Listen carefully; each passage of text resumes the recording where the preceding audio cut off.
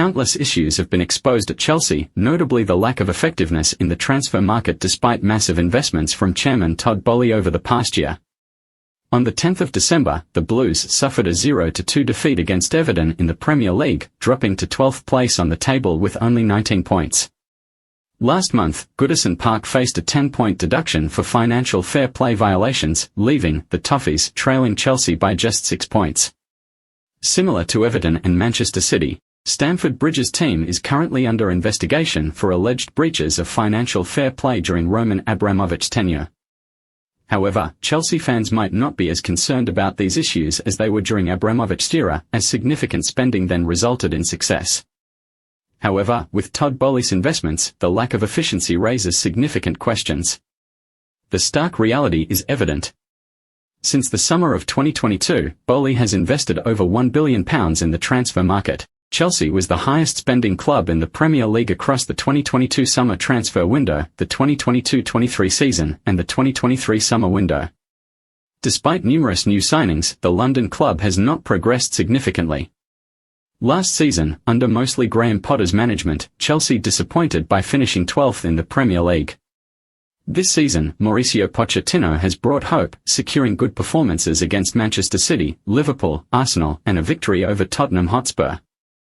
However, Argentine manager Pochettino swiftly acknowledged that these positive results might have been somewhat aided by luck. Apart from a few decent performances, Chelsea consistently appears fragile against mid-table or weaker opponents. Even with around £400 million spent in the 2023 summer transfer window, the Blues remain in 12th place in the Premier League. Following the 0-2 loss to Everton on December 10, Pochettino confirmed an unacceptable reality at Chelsea: the club's goal has always been to win the Premier League. However, the reality shows that we are just a mid-table team. The investments have not addressed numerous issues Chelsea faces when building a young squad. The current reality is vastly different from the expectations at Chelsea. We must self-assess and strive harder. Then, when the transfer market opens, we'll assess what improvements we can make. I'm not saying we need to acquire or sell players.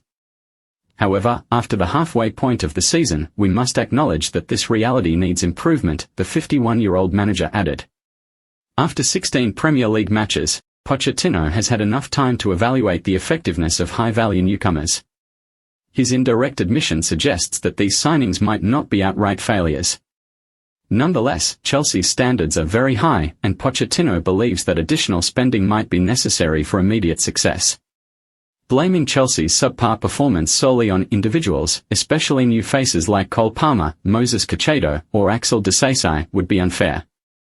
Not every game has been disappointing for them. It's more about the lack of cohesion in their collective play and the unclear formation of attacking strategies.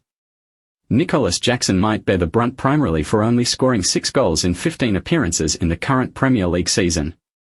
However, it's unfair if this forward has to shoulder all the responsibility for Chelsea's shortcomings, as the supporting players around him haven't performed adequately either. Meanwhile, Christopher Nkunku and Romeo Lavia haven't even made their debut due to injuries. In terms of defence, Chelsea has displayed fragility and a lack of mental resilience.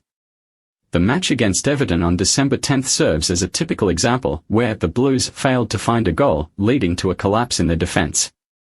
The initial phase of the second half has become a nightmare for Stamford Bridge's supporters this season, witnessing pivotal goals conceded by the club. With such a prolonged string of issues, how much money would be enough for coach Pochettino to improve the situation in the winter transfer window of 2024? Regardless of the previous or current season, Chelsea's problem remains rooted in the disjointedness and lack of determination among the players. Their money isn't the key, as repeatedly evidenced since Boehly took over as Chelsea's chairman. However, if not spending money, is there any other swift and pragmatic way for the Blues to regain their former stature? Chelsea finds itself in a cycle where they continually invest without success, ultimately necessitating further investments to swiftly return to the pinnacle. Nostalgia for the past. When Roman Abramovich departed in the summer of 2022, handing over the reins to Boehly, Chelsea also lost the image of a giant. Fans of the Blues might deeply miss the former chief executive Marina Granovskaya, dubbed the Iron Lady of the club's transfer market in the past. Just in the summer of 2020, under Granovskaya's determined negotiations, Stamford Bridge managed to secure Hakeem Ziyech, Timo Werner, Ben Chilwell, and Kai Havertz at prices deemed cheaper than the demands from their respective clubs. Notably, these signings played a significant role in Chelsea clinching the Champions League title in 2021. Granovskaya wasn't just adept at negotiating lower prices, she also knew how to raise the value of her players. Eden Hazard stands as a specific example. Despite having only 12 months left on his contract and Hazard's desire to move to Real Madrid, Granovskaya negotiated a transfer deal worth £102 million for Chelsea. Although Hazard didn't contribute significantly to Real Madrid's subsequent La Liga title, Chelsea received an additional fee. During Abramovich's era, Chelsea heavily invested in the transfer market. Players who didn't swiftly prove their capabilities were swiftly replaced with new talents. Although this period remains under scrutiny due to Chelsea facing allegations of breaching financial fair play, the club excelled professionally. Presently, Chairman Boehly might find himself in a deadlock. Despite his willingness to spend, success isn't guaranteed. If unsuccessful, continuing to invest to bolster the squad remains the most practical short-term solution.